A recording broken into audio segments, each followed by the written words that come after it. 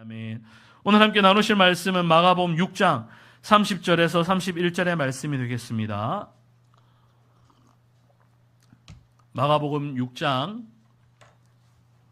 30절에서 31절의 말씀.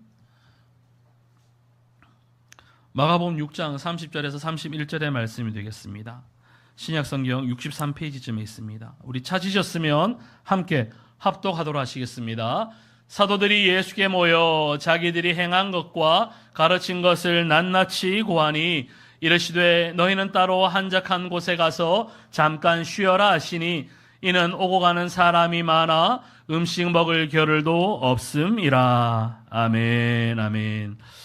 저는 오늘 본문 말씀을 근거로 해서 한번 따라 하시겠습니다. 예수님과 함께하는 쉼. 예수님과 함께하는 쉼이란 제목으로 함께 좀 말씀을 나누려고 합니다. 이제 무더운 여름이 되고 이제 날씨가 많이 더워지면 우리가 7월 말쯤 되면 이제 우리는 휴가를 떠납니다. 이런 분들은 한 5월부터 6월부터 휴가를 계획하면서 좀 쉬어야겠다는 것들을 계획하죠. 육체적으로 지친 몸을 쉬게 하고 싶고 반복되는 일상에서 벗어나서 마음의 여유를 갖고 싶은 게 우리의 마음의 자연스러운 모습인 것 같습니다. 그런데 우리가 그리스도인으로서, 성도로서 이 그리스도인에서 진정한 쉼이란 것은 단순히 몸만 누이는 것은 아닐 겁니다.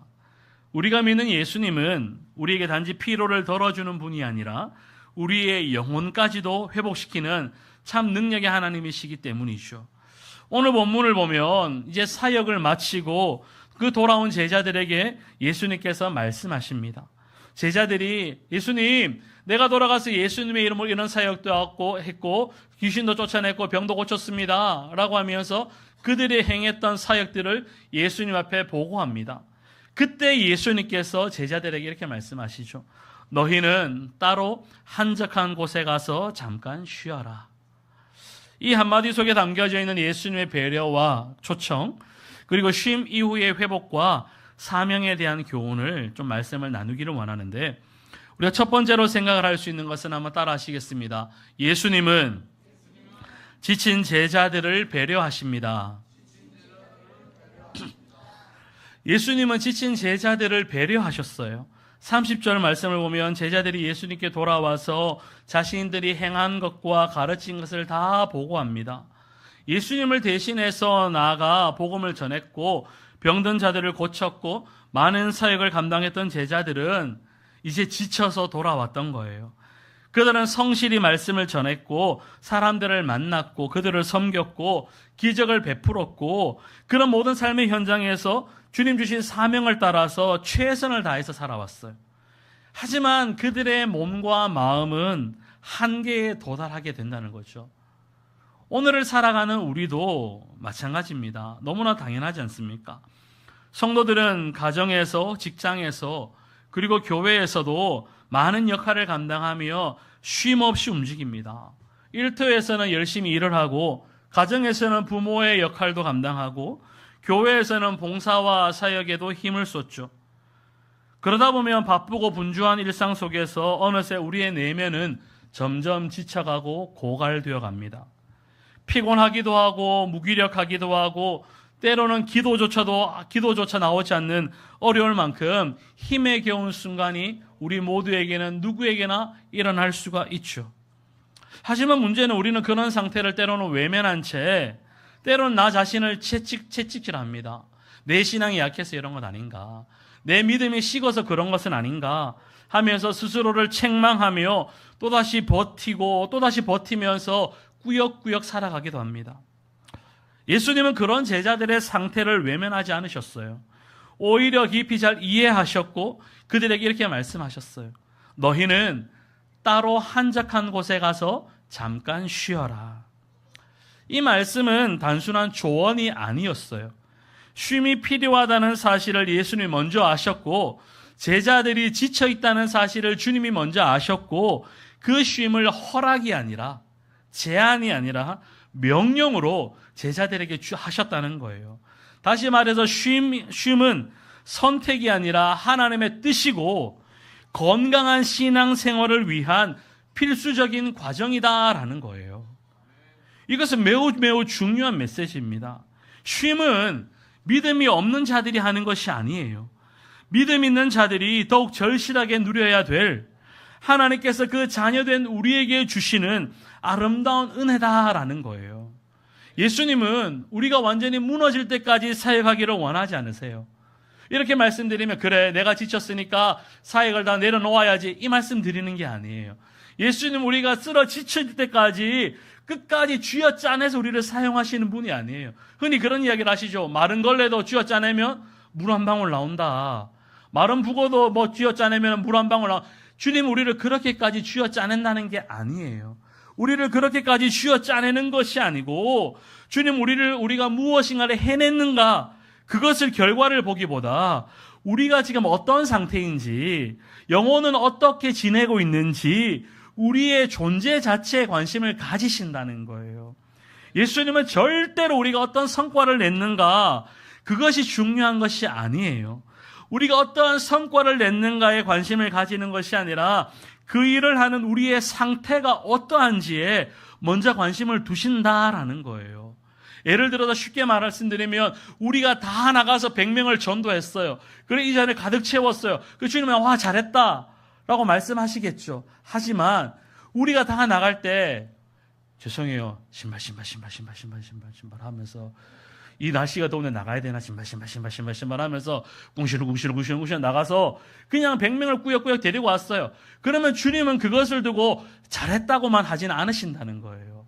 우리가 나갈 때 할렐루야 할 수 있습니다. 전도는 쉽습니다. 감사합니다. 내게 건강을 주셨으니까 한번 나가서 복음 전하겠습니다. 해보자 해서 즐겁게 나갔어요. 그런데 한 명밖에 열매가 없어. 그러면 주님은 그냥 신발 하면 나가서 100명을 데리고 나온 것보다 감사합니다. 즐겁습니다. 기쁩니다. 해서 데리고 온 그 한 영혼을 그리고 그 모습을 더 기뻐하신다는 거예요. 주님은 절대로 그 결과에 두고 우리에게 관심을 가지는 분이 아니라는 거예요.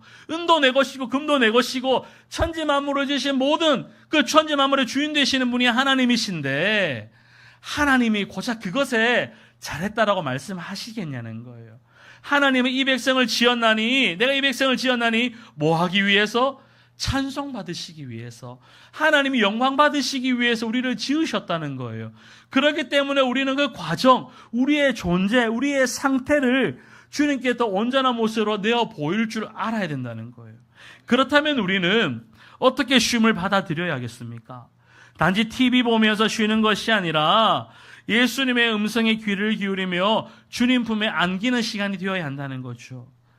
마음의 짐을 좀 내려놓고 주님의 위로를 듣는 시간이 되어야 한다는 거예요. 여러분들 정말 쉴 때 TV 본다고 그 쉼이 쉬워지던가요? 저희 딸들이 몸이 아프고 좀 쉬고 싶을 때는 아빠 필요 없더라고요. TV 뽀로로 아무리 좋아해도 틀어놔도 다 필요 없고 누구 품에 안길 것 같으세요? 엄마 품인 거예요. 엄마 품에. 그냥 엄마 품에 안겨서 칭얼칭얼 거리면 아 얘가 좀 몸이 지쳤구나. 얘가 몸이 좀 아프구나. 그 증상을 보면 뭐 반응이 좀 있더라고요. 얼마 전에 예나가 하루 종일 밤새도록 울고 찡얼거리고 엄마 품을 떠나지 않는 거예요. 왜 그렇게 안기려고 할까 보니까 몸에 10곳이 다 핀 거예요. 그래서 집사람이 이제 그걸 다 어떻게 하니까 좀 괜찮아지니까 이제 또 엄마 품을 떠나가는 거예요. 엄마 품에 안기고 주님 품에 안기는 건 우리가 위로를 받아야 되는 시간이기 때문에 그런 거예요. 이사야 40장 29절에서 31절에는 이렇게 말씀해요. 우리 다 같이 한번 읽어보실까요? 다 같이 읽어보겠습니다. 시작.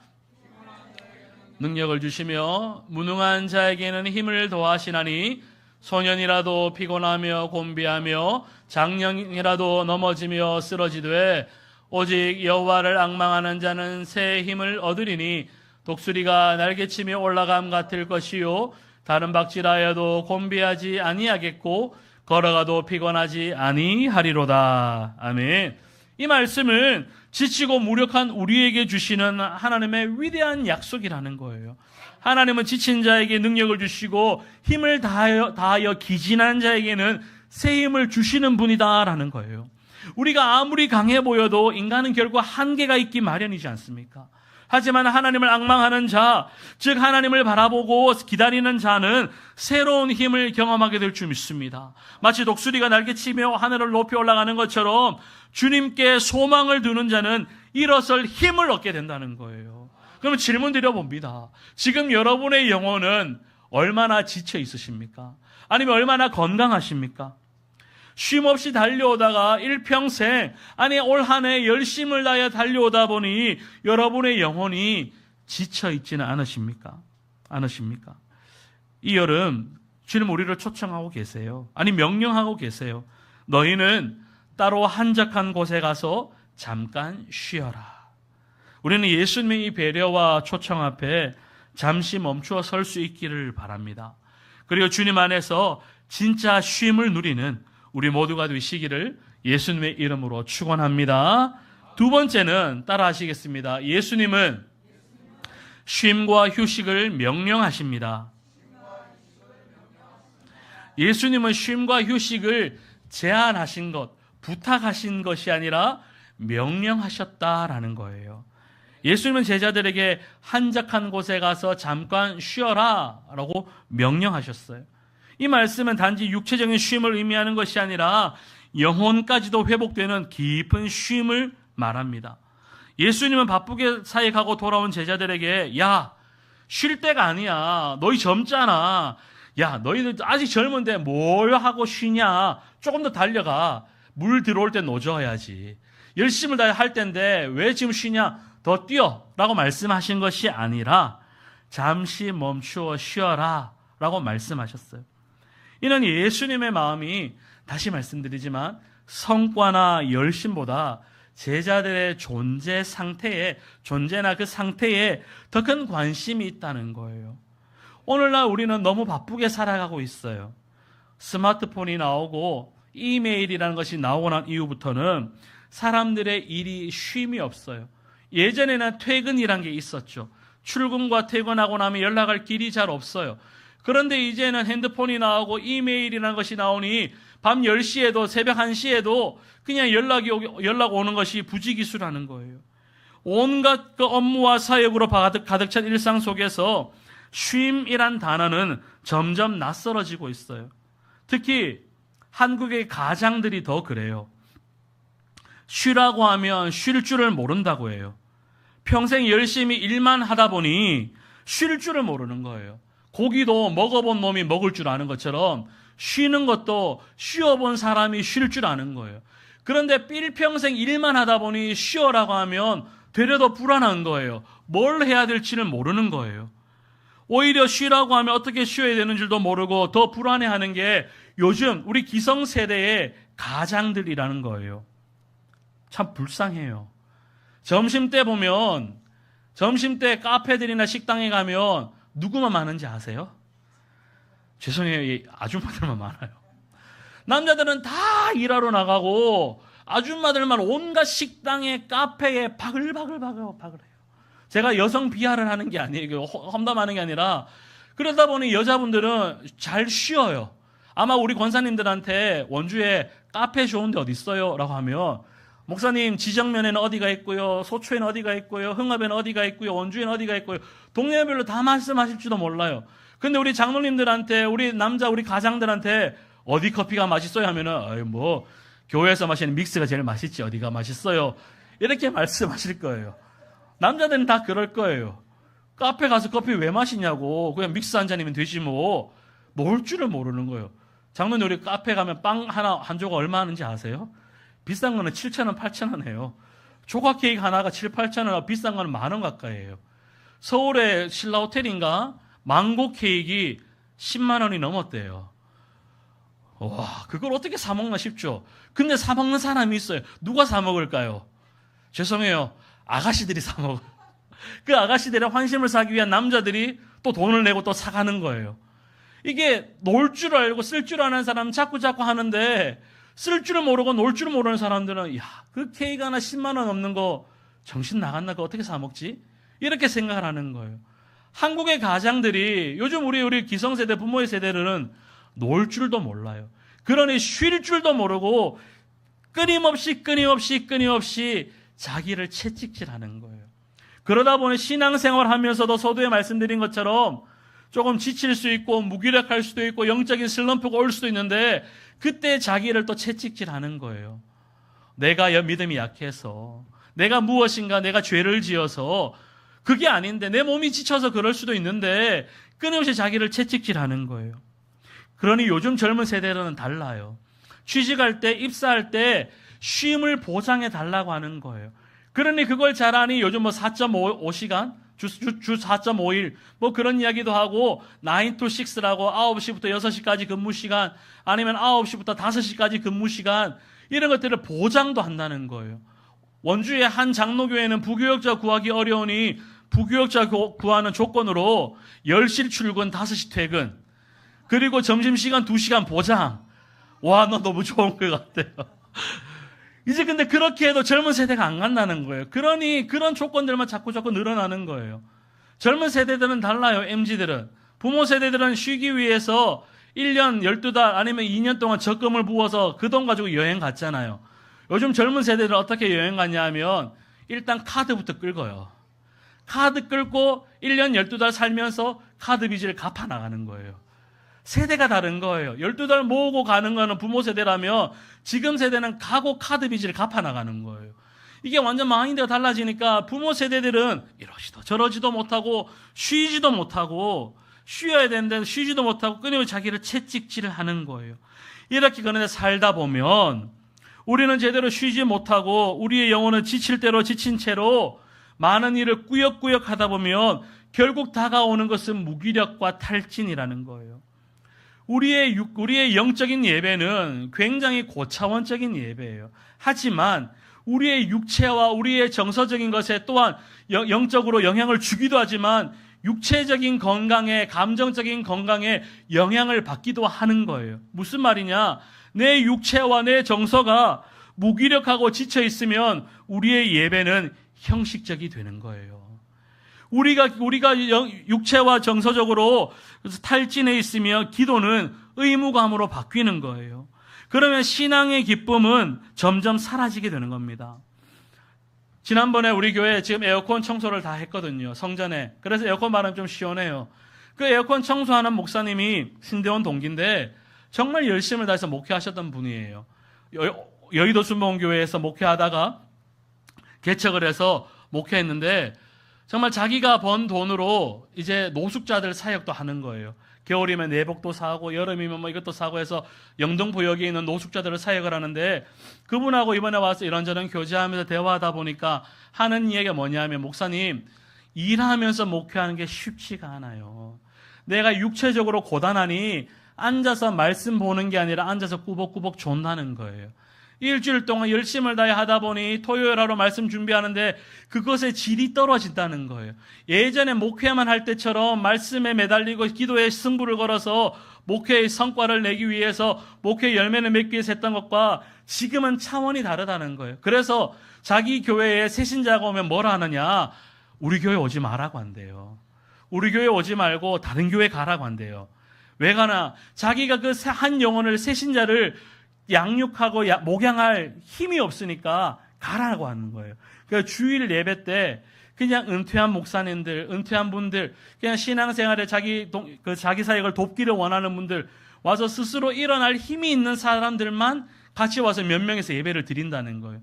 새신자가 오면 가라고 한다는 거예요. 그러면서 목양을 하는 것도 목사님 체력이 있어야 되는 것 같아요.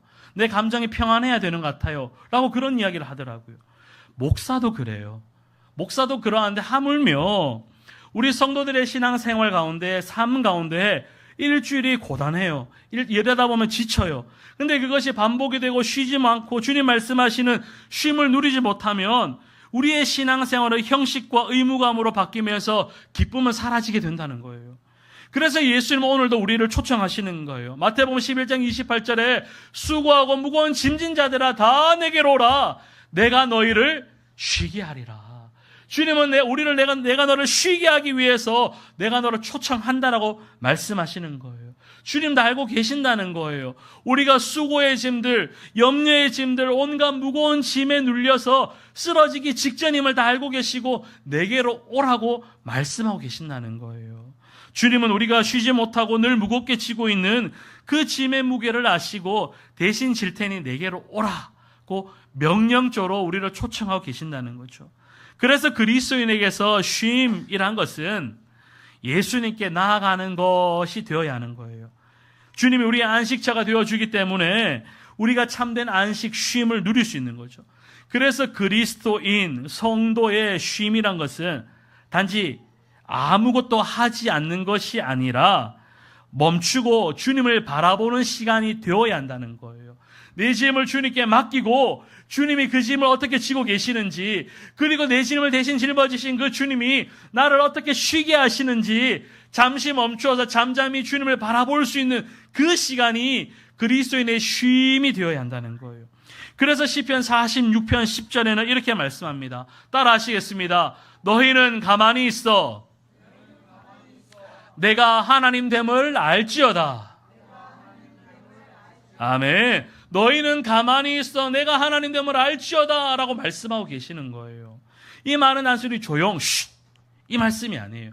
조용히 있으라는 말씀이 아니라 내 방법과 내 힘을 다 내려놓고 주님의 주권을 인정하라는 말이에요.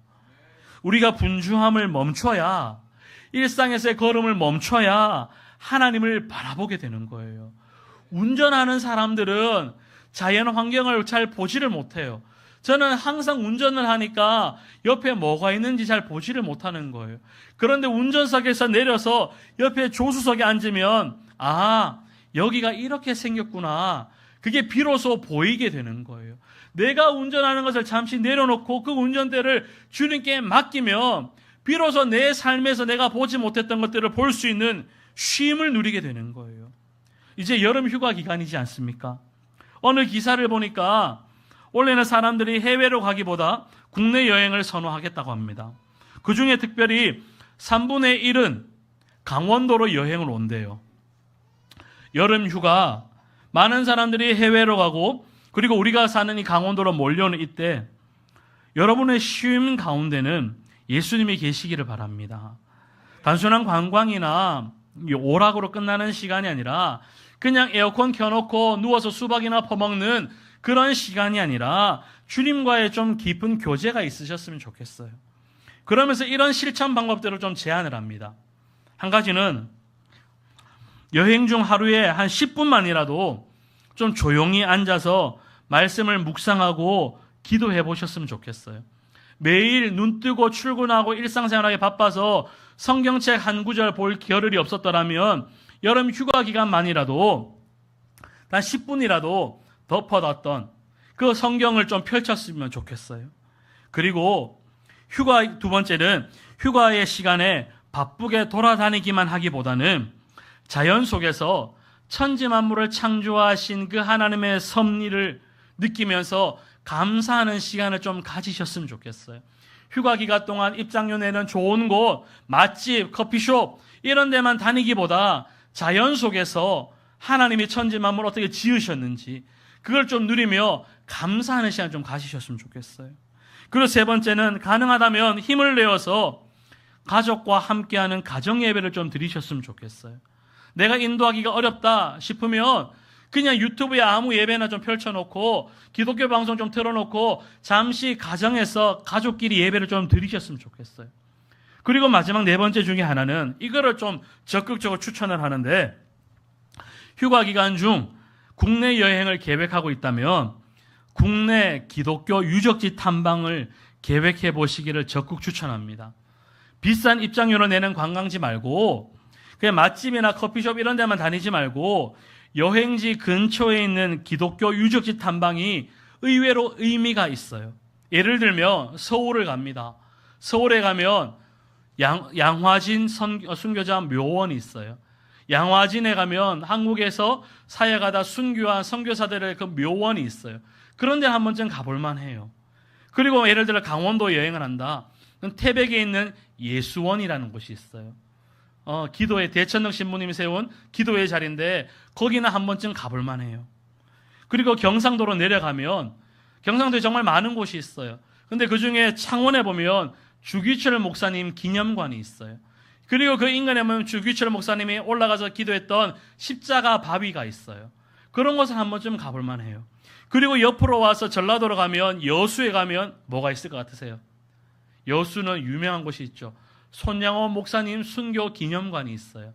물론 손양원 목사님 기념관에 갈 때는 창문을 꼭 올리고 가셔야 돼요. 그 가는 입구에 뭐가 있냐면 양계장이 있어요. 그래서 창문 내리고 가면은 닭똥 냄새가 엄청 나거든요. 그래서 그런 것도 한 번쯤 가볼 만해요. 위로 올라와서 충청도로 오면 어디가 있느냐 하면 서천에 가면 한국에 성경이 최초로 유입된 성경 전래지 기념관이 있어요. 충청도 서천에. 전국에 곳곳이 있어요.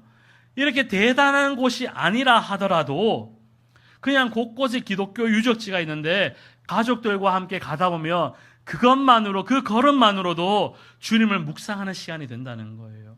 혹시 여름 휴가를 계획하고 있는데 갈 만한 곳을 못 찾으시면 저한테 물어보세요. 제가 최선을 다해 찾아드리고 못 찾으면 그 지역에 있는 목회자를 수배를 해서라도 제가 알아서 알려드릴게요. 그러니 꼭 이번 휴가 때 여행을 계획하고 있다면 이런 곳을 방문하는 것도 우리의 쉼을 더 거룩하게 만들고 하나님과의 관계를 더 깊어지게 만들 겁니다. 그래서 예수님 안에서의 쉼은 단지 몸의 피로를 푸는 시간이 아니라 주님 은혜 안에서 새롭게 되는 시간인 줄 믿습니다. 마지막 세 번째는 따라 하시겠습니다. 쉼 이후에는 다시 사명이 주어집니다.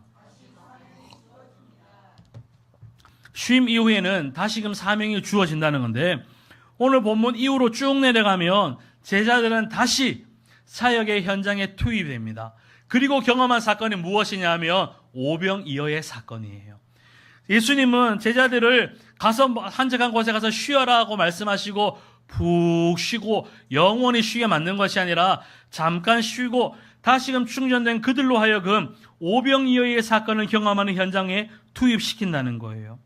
그래서 쉼이란 것은 끝이 아니라 새로운 사명의 출발점이었고 그래서 그리스도인의 삶에서 쉼이란 것은 종착지가 아니라 경유지가 되어야 한다는 거예요. 그러니 쉬어야 됩니다 라고 이야기하니 사역을 다 내려놓겠습니다가 아니라 재충전하여서 다시금 사명을 감당해야 한다는 거예요. 제가 놀라운 비밀 하나 알려드리겠습니다. 폐차할 자동차에는 기름을 주유하지 않아요. 그 차가 벤츠든 BMW든 아무리 좋은 차라 할지라도 그 폐차장에 끌려갈 차는 절대로 기름을 넣지 않아요. 하지만 달달달달달달달 거리는 똥차라 하더라도 다시금 써야 되는 걸어가야 되는 그런 시간들이 있으면 그 차에는 반드시 기름을 넣는다는 거예요. 그 말은 우리가 이 땅에 사는 날 동안 내 몸이, 내 육체가, 내 마음이 아무리 병들고 약하고 정말 초라해 보인다 하더라도 사용 연한이 남아 있으면 하나님의 은혜를 구하고 다시금 사명을 받을 것을 기대해야 한다는 거예요. 우리 그런 생각할 수 있어요. 하나님 나 좀 빨리 데려가 주십시오. 사는 게 지겹습니다. 귀찮습니다. 하지만 그런 생각을 바꾸셔야 되는 거예요. 태어나는 건 내 마음대로 태어나신 분 있으세요? 사주 팔자를 보니까 몇 년, 몇 월, 며칠, 몇 시가 가장 좋으니 내가 그날 그때 태어났어야겠다. 그런 사람 아무도 없을 거예요. 저도 우리 예나 예주가 2023년 12월 달이 아니라 24년 1월 달에 태어났으면 좋겠어. 기대했어요. 왜냐? 적어도 1월 달에 태어나면은 나라에서 주는 돈을 더 줬거든요. 그리고 억울하게 12월 달은 한 살 더 먹으니까 조금 며칠만 더 있다가 제 나이 좀 됐으면 좋겠다 해서 며칠만 더 버텼으면 했는데 그게 제 마음대로 안 되더라고요. 그냥 그때 하나님 태어나게 하신 거예요. 그렇다면 하나님께서 데리고 가는 것도 내 마음대로 되지 않는 거예요. 그렇다면 이 땅에 사는 날 동안 60이든 70이든 90이든 100이든 살아있다는 것은 다시금 내게 주실 사명이 있는 것이고 사명이 있는 자동차는 그게 똥차라 할지라도 다시금 기름을 넣을 수밖에 없는 것처럼 하나님께 주시는 은혜와 그 힘을 공급받아야 한다는 거예요. 그 힘을 주셨다면 다시금 사명 붙들고 한 걸음 한 걸음 걸어가야 한다는 거예요. 이 이야기가 어디 나와 있느냐? 바로 엘리야의 이야기예요. 열왕기상 19장에 보면 엘리야가 하나님 나 죽겠습니다. 이제 나 좀 죽여주십시오. 사는 게 지겨워요. 하는 그 이야기를 하고 있어요. 왜 엘리야가 그런 이야기 합니까? 하늘에 불을 내렸던 그 위대한 선지자가 이세벨이란 사람이 여왕이 자기를 죽이려고 하니까 너무 두려웠던 거예요. 하늘에 불을 내렸던 위대한 사역을 했던 사람이 번아웃이 온 거예요. 그러니 사는 게 지겨운 거예요. 내가 이제 저 여자한테 죽임을 당할 바에 하나님께 나 좀 죽여달라고 이제 죽여달라는 기도를 하는 거예요. 그때 하나님 뭐라고 말씀하세요? 천사를 보내서 구운 떡과 물 한 병을 주면서 먹어라, 쉬어라, 먹어라, 쉬어라 이렇게 하면서 그 엘리야를 보듬어 주세요. 그리고는 엘리야에게 말씀하시죠. 야, 일어나라. 너가 다시금 하나님의 산 앞에 서야 된다 라고 말씀하시고 그를 다시금 일으키셔서 하나님의 산으로 보냅니다. 그때 하나님의 산에서 하나님께서 엘리야에게 뭐를 말씀하십니까? 나머지 위대한 세 가지의 사명을 주세요. 하나는 아람 나라의 왕을 세우게 하세요. 그리고 북이스라엘의 왕을 또 기름 부어 세웁니다. 그리고 마지막 세 번째는 자신의 후계자인 엘리사를 세우는 거예요. 그 이전의 사역, 엘리야가 나 죽겠습니다, 나 좀 죽여주십시오 하기까지의 그 이전까지의 사역은 조금 더 지엽적인 사역이었어요. 사람을 살리고 하늘에서 불을 내리는 정말 지엽적인 사역이었다면 그 사명을 받고 난 이후에 이 세 가지의 사역은 광범위한 그 사역의 그 지경이 더 넓어지는 거예요. 아람 나라의 왕을 세우고 북이스라엘의 왕을 세우고 자신의 후계자를 세우는 보다 넓은 그릇의 사역을 감당하게 되는 거예요. 하나님이 우리에게 사명을 주시고 그 쉼을 통해서 다시금 사명을 주시고 회복시키는 것은 우리에게 또 다른 더 넓은 사명을 주시기 위해서 쉼을 말씀하시는 거예요. 절대로 우리 권사님들, 우리 장로님들 나 이제 늙었으니까 하나님 나 좀 데려가 달라고 이런 기도 하시면 안 돼요. 이 땅에 사는 날 동안 그게 90이 되든 100이 되든 사는 게 지겨울 수는 있어요. 하지만 하나님 또 다른 사명을 주신다는 거예요. 그 사명 감당하면서 나라와 민족을 위해서 기도할 줄도 알고 저를 위해서도 기도해 주셔야 되는 거예요. 하나님, 저 목사 저거 쓰러지지 않도록, 저 목사 저거 세상으로 한눈 팔지 않도록, 저 목사 저거 하나님의 말씀 잘 전할 수 있도록 목사를 위해서 기도만 해줘도 할 말이 밑도 끝도 없을 거예요. 아닌가요? 목사 하나 쓰러지면 죄송해요, 다 쓰러지는 거예요. 제가 신천지 2단에 빠져서 그 말씀을 야곱야곱 먹고 여기서 야곱야곱 풀어내면 여러분은 그 신천지 말씀에 야곱야곱 중독이 되는 거예요. 그래서 제가 늘 신천지나 2단에 빠지지 않도록 저는 늘 하려고 하는데 저를 위해서 기도해 주셔야 되는 거예요. 헛된 세상 영화나 부귀 영화에 관심 가지지 않도록 관심 가져 주셔야 되는 거예요. 제 삶의 형편이 또한 곤고하지 않도록 기도해 주셔야 되는 거예요. 제가 너무 지독실이 가난해서 지갑에 돈에 싹 다 말라보세요. 하나님, 교회 돈 저거 내 비밀번호 다 아는데 내가 잠깐 좀 쓰겠습니다. 이런 마음 먹을지 어떻게 알겠어요. 제가 우리 아내만을 사랑하도록 기도해 주셔야 되는 거예요. 제가 우리 아내만 사랑해야 되지 길 가다가 미스김이 예뻐가지고 그 눈에 확 들어와가지고 쫄래쫄래 따라간다 생각해 보십시오. 이거는 절단 나는 거예요. 목사가 바람 펴서 불륜해서 교회를 떠났다, 사모하고 이혼했다, 하나님 영광 가리고 교회 망신이고 십자가 간판 내려야 되는 거예요. 목회자를 위해서 기도할 거는 너무 많은 거예요. 그리고 하나님의 나라를 위해서, 이 나라와 민족을 위해서도 기도해야 되는 거예요. 그렇기 때문에 이 땅에 사는 동안 내게 사명이 없다고 말씀하시면 될까요, 안 될까요?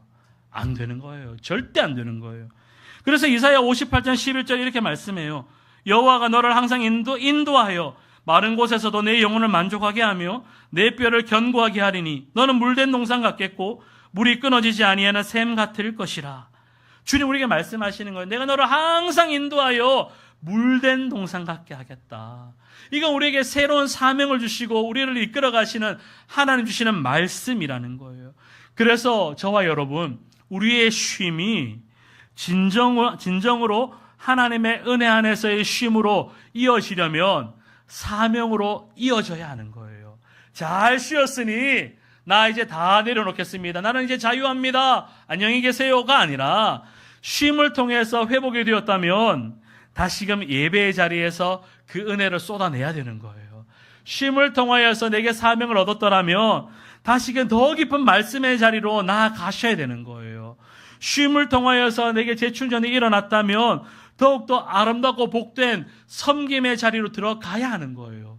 이번에 아이들 갔던 그 수련회가 거의 1,700명의 학생들, 모든 교사들, 인솔자들까지 하면 2,000명 가까이 왔어요. 놀라운 건 할렐루야 교회에서 몇 명의 섬김의 사람들이 있었는가 하면 무려 2,000명이래요. 1대1을 한 거예요. 1대1. 갈 때부터 남자 장로님들, 안수집사님들이 주차장에서 봉사를 하고 식당에서 나이 많은 권사님들도 식당에서 다 봉사를 하는 거예요. 그리고 예배마다 그 젊은 스태프들, 청년들이 200몇 명이 그 청년들이 와서 예배 스텝을 다 하는 거예요. 밤새 조를 짜서 아이들 탈출하는 애들이 없도록 교회를 철통같이 지키는 거예요. 간식 나눠주는데도 많은 분들이 계신 거예요. 그리고 수많은 권사님들이 아이들 복음 상담을 하는 거예요. 앉아가지고 복음을 다 1대1로 상담하는 거예요. 그리고 참여하지 못하면 물질로라도 마음을 표현하는 거예요. 교회가 돈이 많아서 한 게 아니고, 교회가 시설이 대단히 좋아서 한 게 아니라 그런 사명으로 무장한 사람들이 2,000명이 그 자리에 함께 동참한 거예요. 그러니 물질과 사람이 함께 가니 2,000명이나 되는 그 전국에 있는 수많은 청년들을, 우리 중고등부 학생들을 감당해낸 거예요. 그게 그 사명으로 무장되지 않으면 그런 일을 절대로 감당할 수가 없거든요. 그래서 우리가 쉼 속에서 주님의 음성을 들었다면 그 음성을 따라서 순종의 길을 걸어야 할 줄 믿습니다. 바라기는 이번 여름의 휴가가 단지 오락과 휴식으로, 단순한 오락과 휴식으로 끝나지 않기를 원합니다. 엘리야처럼, 제자들처럼 주님의 손에 붙들려서 다시금 사명의 자리에 서는 그런 은혜가 우리 모두에게 임하게 되시기를 예수님의 이름으로 축원합니다. 말씀을 마무리하면 주님은 오늘도 우리에게 말씀하고 계세요. 와서 쉬어라. 한적한 곳에 가서 쉬어라. 쉬는 게 죄가 아니에요. 쉬고 재충전해야 되는 거예요. 쉬고 재충전해서 다시금 사명의 자리로 나아가면 될 줄 믿습니다. 바라기는 그 사명의 자리에 나아가서 주님 주시는 놀라운 은혜를 감당하는 우리 모든 성도들 다 되시기를 예수님의 이름으로 축원합니다.